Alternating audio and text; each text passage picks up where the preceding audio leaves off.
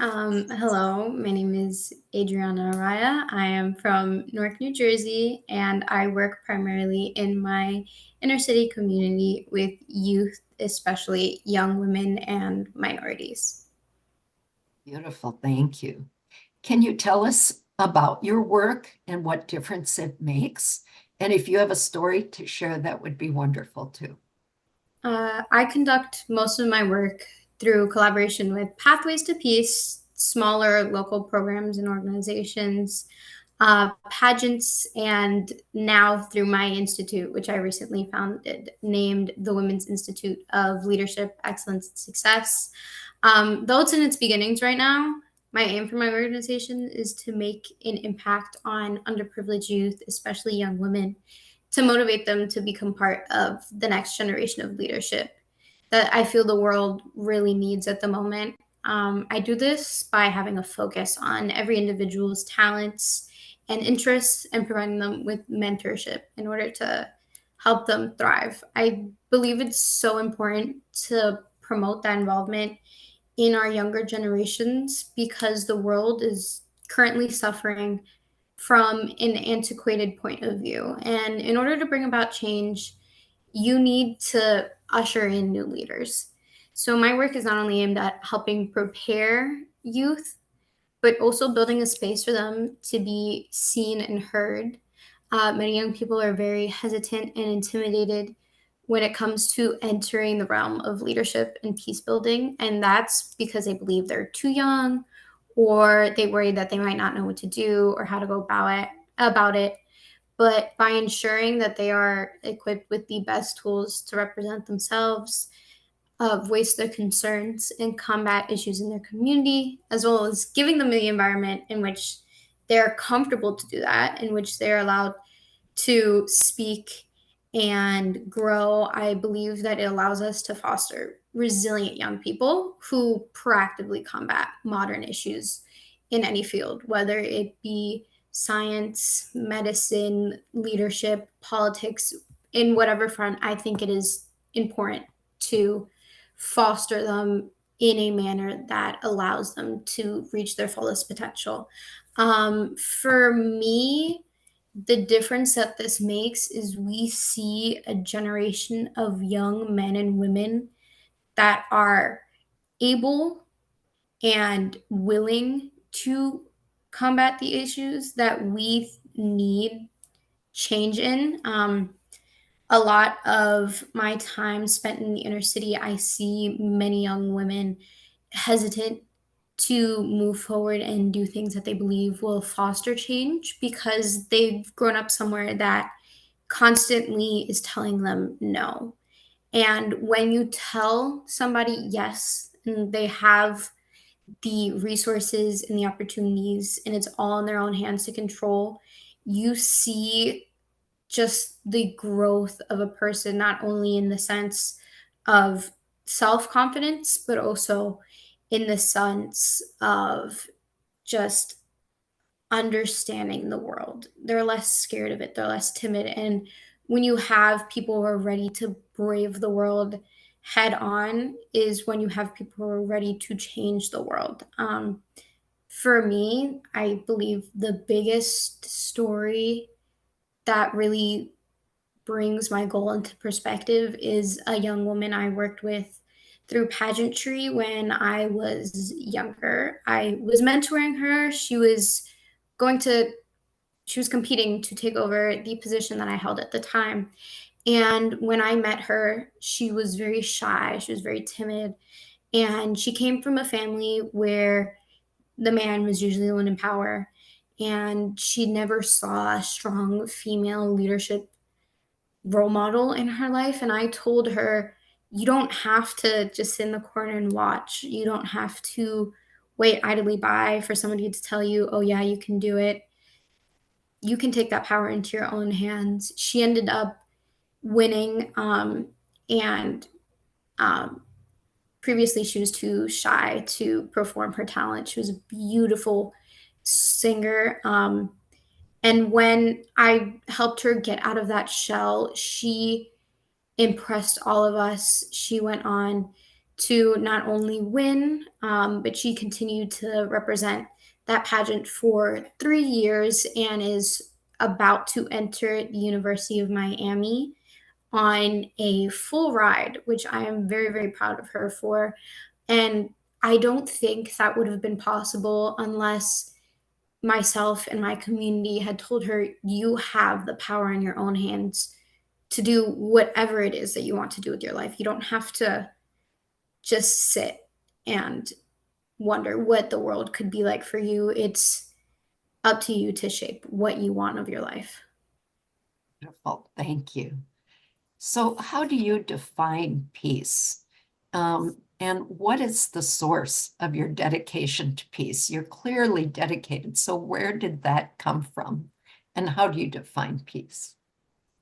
For me, when I think about defining peace, it has an emphasis on equity and inclusion for everyone. Like I said, growing up in my city, I was living in an inner city. It's a microcosm of the world and all of its issues. You see issues of race, gender, identity, class, and all from a very, very young age. And I think this was especially the case for me, being the daughter of an immigrant. So growing up in an environment like that instilled an understanding of the world and its issues in me and made me think, like, from a very young age, how you can combat these things. You see so many hardships firsthand. Um, and that's just what makes you realize even more so how the world needs change and have an understanding of how you can really bring about this change.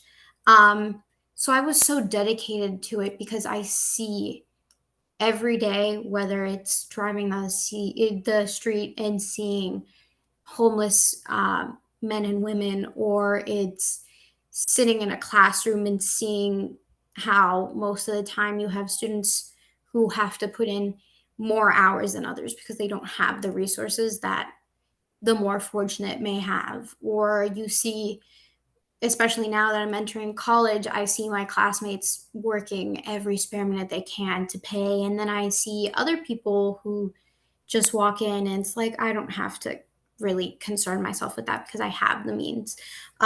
You see that stark contrast between when someone has everything that they need and when they have to fight tooth and nail for it. And that's why equity is so important. It's not just giving everybody the same thing and going and telling them, okay, now do what you need to do. It's making sure that everyone is provided the resources and help that they need to be able to reach the same level. So for me, that equity means giving young people the resources and the environment that they need to thrive and grow as people, but then also being able to give them that role model that helps them change their mindset into one that really helps them grow rather than remain stagnant. And that's just why I am so dedicated to it. I've seen it not only in my community but in my own life, having a father who came from a different country, who's never able to finish his primary school education, who works every day from basically dawn, waking up at 4 in the morning till late at night. You want to see everyone thrive. You want to be able to provide them with the means necessary to thrive. And when people thrive, you see the world thrive. And I think that's why I'm so dedicated to peace and making sure that everyone has what they need to have in all fronts, and hopefully one day being able to do that on a worldwide scale, not just in my community.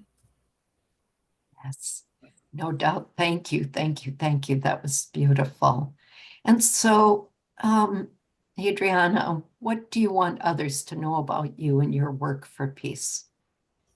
What I want others to know is that peace isn't this unobtainable, like, thing. It's something that anyone can work towards.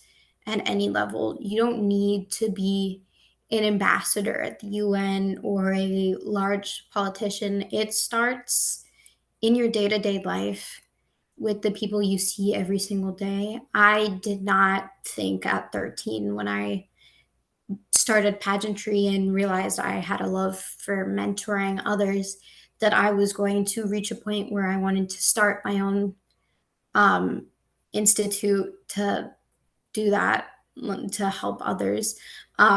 It started off as just a normal thing for me. And it's important for every person to understand that the power that they have, they can wield it to make positive change. It's not a question of if, but when and how.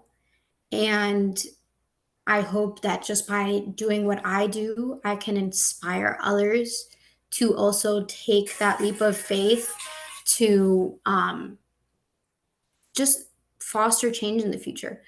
I don't believe that change is an unobtainable thing. I think it's something that we can easily see in our lifetime as long as everybody is working towards it and is aware that they have that power.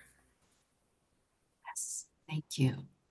Do you want to leave us with a, a vision of what you would like to see in your lifetime? Um, a vision of what I would like to see in my lifetime. I believe for me, what I would like to see is having a world that educates everyone and gives everyone what they need. And when I say good education, I don't mean there's a school in every town that has space for everyone. I mean comprehensive education that fits one's needs, whether you're an intellectual or you're athletic or you work well with your hands. I think having just an education that's comprehensive of finance, politics, understanding of one another is really important because when you begin instilling those important values in youth, you have a generation of adults that understand how multifaceted the world is.